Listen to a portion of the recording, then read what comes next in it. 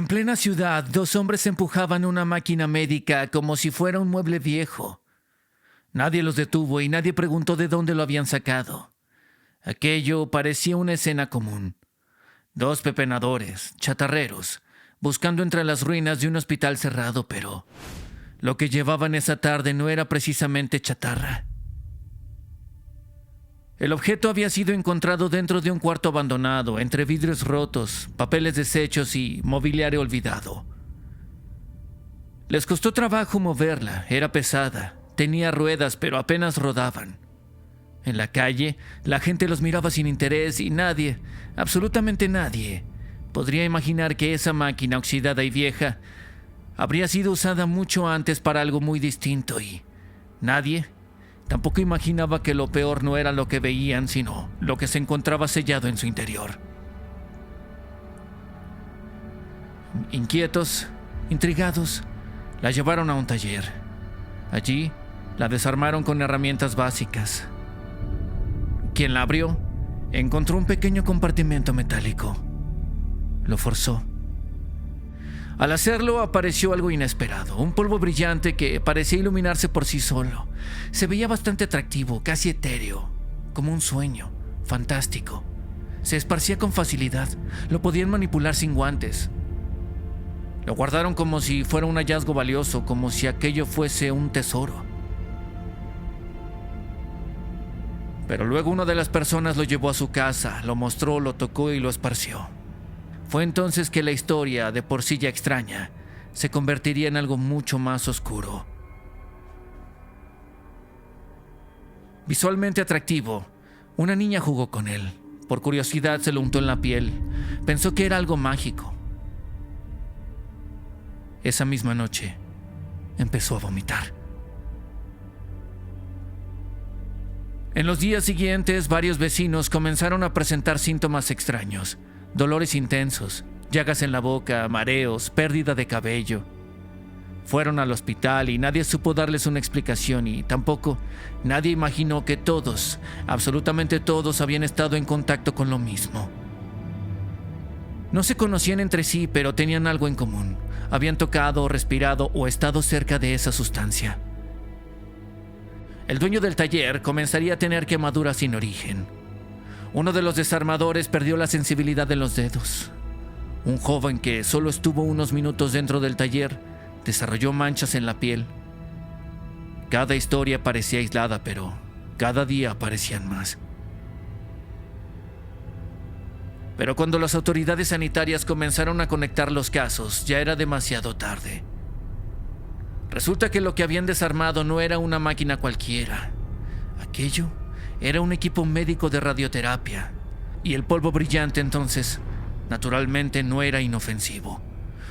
Aquello era una fuente activa de radiación y no estaba contenida, estaba en el aire, esparciéndose, en los objetos, en la gente. Fue entonces cuando los bomberos y especialistas en radiación llegaron, pero ya no para poder prevenir, sino para buscar fragmentos contaminados en toda la ciudad, pero para entonces algunos ya estaban condenados. Los síntomas se multiplicaron tan rápido que ningún hospital podía tener registro de ello. Eran demasiados. Había personas que presentaban quemaduras internas sin haber estado cerca de una fuente de calor. Otros tenían llagas profundas en zonas del cuerpo que no habían expuesto el sol. Algunos perdían cabello en mecheros desde la raíz, como si algo desde adentro los estuviera deshaciendo, pero lo más desconcertante fue que muchos no tenían contacto directo con el polvo brillante. Solo habían estado cerca de alguien que lo había tocado o cerca de un objeto contaminado. Las autoridades sanitarias tardaron varios días en comprender la magnitud del desastre. La cápsula con cesio había sido transportada sin control durante al menos 2 semanas, pasando de taller en taller, de casa en casa. La sustancia se adhirió a herramientas, utensilios de cocina, ropa, billetes, muebles y hasta alimentos. En algunas viviendas, los niveles de radiación eran tan altos que ni siquiera se podía ingresar con equipo de protección normal. De pronto hubo que evacuar familias enteras, clausurar cuadras completas, destruir paredes, camas, juguetes, colchones. Algunos objetos fueron enterrados en concreto. Otros simplemente se quemaron en instalaciones especiales. Pero una de las escenas más impactantes ocurrió cuando los expertos en radiación ingresaron a una casa marcada como foco rojo. Aquel lugar tenía las luces apagadas y observaron cómo restos del polvo aún brillaban débilmente. Era como observar estrellas en medio del concreto. Cada uno de esos puntos luminosos representaba una amenaza invisible que ya había tocado decenas de cuerpos. Pero el miedo no era inmediato, era más bien progresivo. Las víctimas no morían al instante, lo hacían lentamente, pero los hospitales no estaban preparados. Brasil no había enfrentado jamás un evento de ese tipo. No se trataba de una fuga industrial común. Era un accidente radiológico a gran escala, en zona urbana, con decenas de víctimas ya contaminadas y otras tantas que aún no sabían que lo estaban. La cifra real nunca pudo establecerse con certeza. Muchas personas se enfermaron días o semanas después del contacto y algunas lo habrían atribuido a otras causas, pero otras nunca fueron diagnosticadas correctamente o a tiempo. Pero para cuando las autoridades militares llegaron con equipo especializado, el cesio ya se había dispersado por al menos 7 barrios distintos. Fue entonces que los técnicos habrían comenzado a identificar patrones. Muchos de los afectados habían estado cerca de una casa donde se habían celebrado reuniones. Durante esas reuniones, varios curiosos observaron la sustancia. La manipularon con cucharas, la esparcieron sobre platos. Algunos incluso se lo llevaron en pequeños recipientes sin saber que cargaban con ellos una fuente activa de radiación gamma. Cada partícula podía recorrer tejidos vivos, alterar células, destruir la médula ósea, pero en ese momento seguía apareciendo algo bastante inofensivo, demasiado hermoso como para ser peligroso.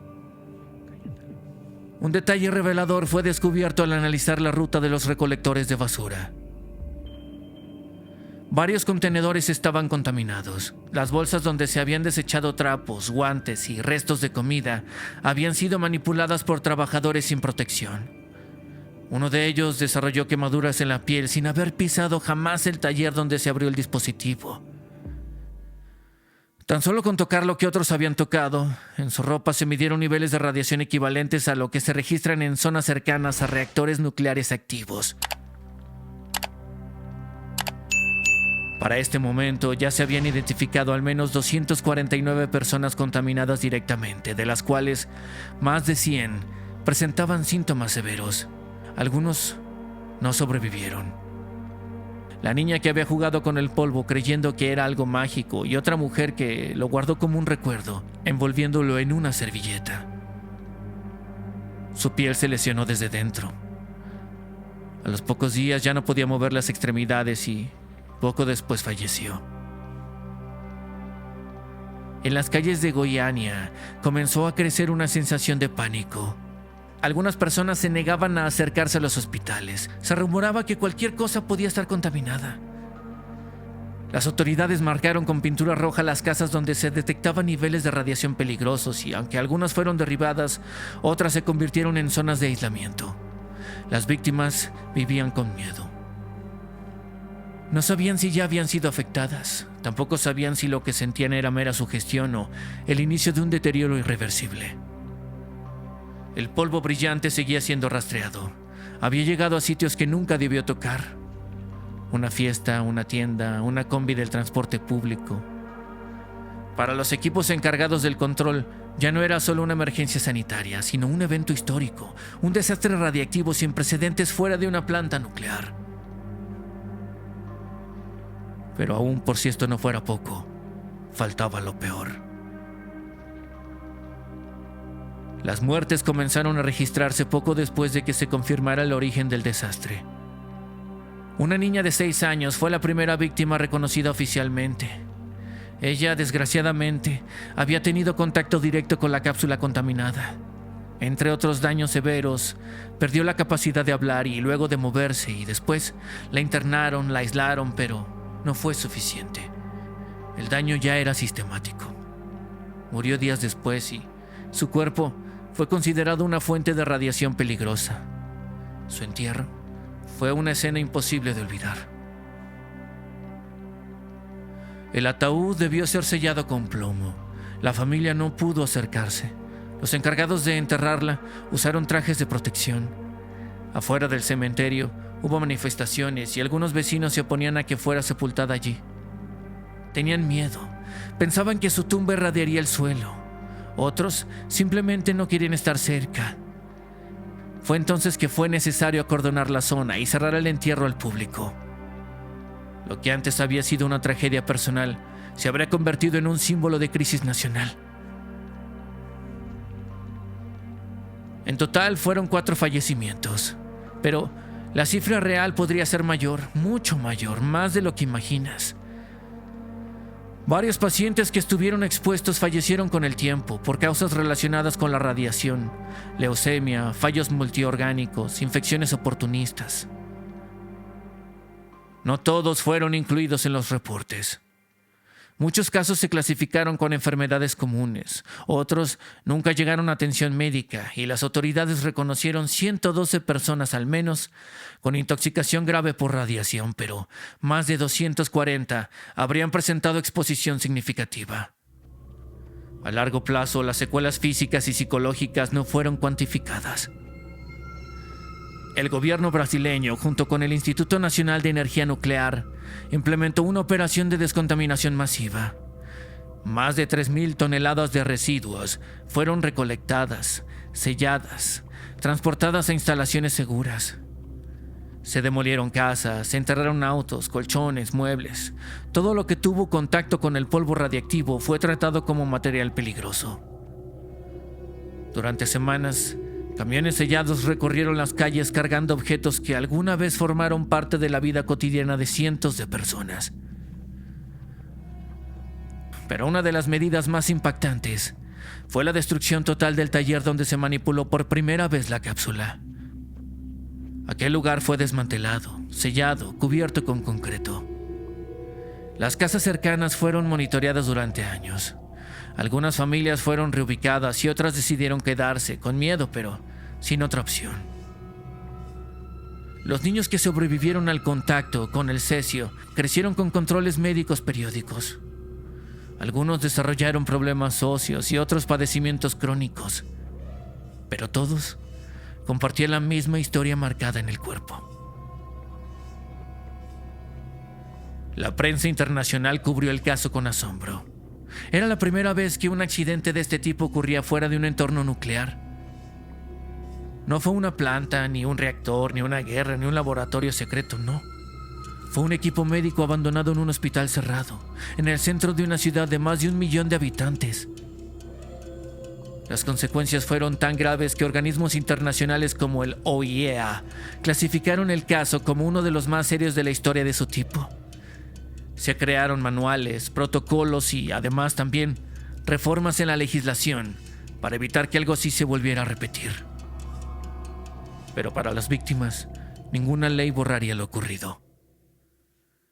A los 2 años del desastre se instaló un monumento en el lugar donde comenzó todo.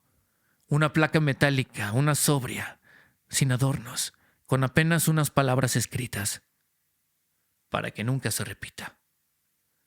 Finalmente, la verdad es todo lo que tú te creas. Yo soy Julián Caballero. El mundo entero y sus historias caben en este pequeño rincón. Gracias por visitarme.